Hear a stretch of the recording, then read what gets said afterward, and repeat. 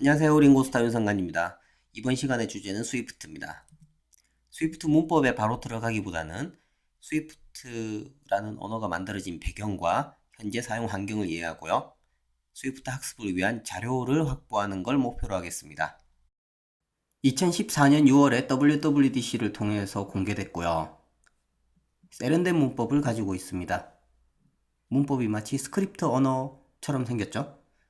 이런 문법 때문에 많은 사람들이 이번에 스위프트 좀 쉬워 보이는데 라면서 접근을 했다가 해보니 막상 좀 어려워요. 여러 가지 이유가 있겠지만 일단 스위프트가 안전을 위한 장치를 가지고 있어서 엄격한 타이핑을 하고 있습니다. 엄격한 타이핑을 가지고 있기 때문에 좀 어렵게 느껴지고요. 한 가지 추가로 말씀드리고 싶은 건 함수형 언어, 함수형 코딩인데 이건 생각의 방식이 바뀌어야 됩니다. 지금까지 우리가 생각하던 OOP, 오브젝트 오리엔티드 프로그래밍이죠. 객체 지향의 그런 프로그래밍 패러다임이 아니라 새로운 형태의 패러다임을 제시하고 있다 라는 정도를 알고 계시면 될 것 같네요. 자, 그럼 애플은 왜 스위프트를 만들었을까요? objective-C라는 언어가 이제 막 사용 빈도 순위로 올라가고 있는 시점이었거든요. 1982년에 언어 탄생 이후에 이제 한 30년 만에 빛을 좀 보나? 라고 생각을 하고 있던 시점이었어요. 네, 지금 화면에 보이는 tobe.com으로부터 나온 언어 사용 빈도 순위를 보시면 2002년부터 집계가 나오죠. 네, 2009년까지는 없어요. 그냥 0에 가까워요. 네, 그러다가 아이폰이 출시되고 2008년에 앱스토어가 열리고 이제 한 2009년 정도부터 순위가 막 올라가기 시작하죠. 그러다가 2014년까지 정점을 이루다가 2014년부터 떨어지죠. 네, 2014년에 스위프트 발표 이후. 2014년 스위프트 발표하던 당시를 생각해 보면 많은 개발자들이 환호를 질렀지만 또한 그 반대편에 많은 개발자들은 멀뚱멀뚱했다고요. 왜? 이게 뭐지? 자, 이런 상황에서 애플이 왜 스위프트라는 언어를 만들어냈냐면요. 함수형 프로그래밍이라고 하는 화두가 대두되었기 때문입니다. 사실 오브젝티브-C도 이미 GCD와 블럭이라는 문법을 통해서 함수형 언어의 특징을 일부 받아들인 상태였거든요, 이미. 네, 멀티코어 시대에 어싱크러너스한 병렬 처리, 그러니까 동시에 여러 개가 서로를 블러킹하지 않으면서 함께 처리하는 그런 방식은 이미 선택이 아닌 필수가 되어버렸습니다.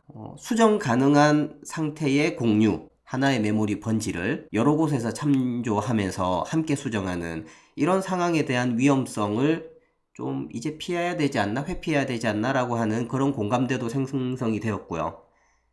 그래서 시대에 맞는 방식의 새로운 프로그래밍 언어가 필요했다. 그 결과로 스위프트라고 하는 새로운 세련된 함수형 언어를 만들어냈는데요. 하지만 현실은 현재 iOS 앱 개발을 위해서 우리가 사용해야 하는 프레임워크 이름은 코코아 터치입니다. 이건 C랑 Objective-C로 작성이 되어 있어요, 이미. 하지만 우린 스위프트라는 언어, 저 스위프트라는 언어는 스탠다드 라이브러리라고 하는 아직은 굉장히 적은 양의 파운데이션 쪽에 있는 라이브러리밖에 없다고요. UI들은 모두 코코아 터치라고 하는 예전에 Objective-C와 C로 작성된 저 API를 사용해야 합니다. 이 둘 간의 연결점에서 좀 언밸런스하다고 하나요? 서로 맞지 않는 그런 부분, 서로 어색한 동거가 있는데요. 이게 언제까지 이어질지 모르겠어요. UI 부분을 완전히 뜯어 고치지 않는 이상은 이런 어색한 동거 상태가 계속될 것 같고요. 그리고 무엇보다 모든 개발자들이 함께 빠르게 따라오지 않죠. 이렇게 개발자 커뮤니티와 함께 가지 않으면 새로운 언어를 만들고 새로운 패러다임을 제시하는 게 아무런 소용이 없어집니다. 그래서 애플은 스위프트를 처음 발표하던 2014년 6월부터 이렇게 디벨로퍼 애플닷컴 아래에 스위프트라고 하는 메뉴를 통해서 블로그를 운영하고 있고요. 새로운 소식이나 좀 널리 전파해야 되는 그런 소식들을 블로그를 통해서 제시하고 있고, 리소스에 보면 스위프트를 공부하기 위한 여러 가지 자료들이 있습니다. 이런 자료 외에도 WWDC 비디오 세션 등을 통해서 새로운 패러다임이라든지 스위프트에 대해서 계속 알려주고 있죠. 스위프트를 통해 iOS 앱에 첫 발을 내딛는 분들은 물론이고요. 오브젝티브-C 개발을 해보신 분들 모두에게 말씀드리고 싶은 건 스위프트를 가지고 단지 iOS 앱 개발을 하는 데만 만족하지 마시고 스위프트 언어 자체, iOS API를 사용하기 위한 스위프트가 아니라 알고리즘 문제 해결을 위한 스위프트에도 관심을 가져주시기 바랍니다. 스위프트는 우리가 아마 좀 길게 보고 공부해야 할 여러 숙제들을 제공해 주고 있어요.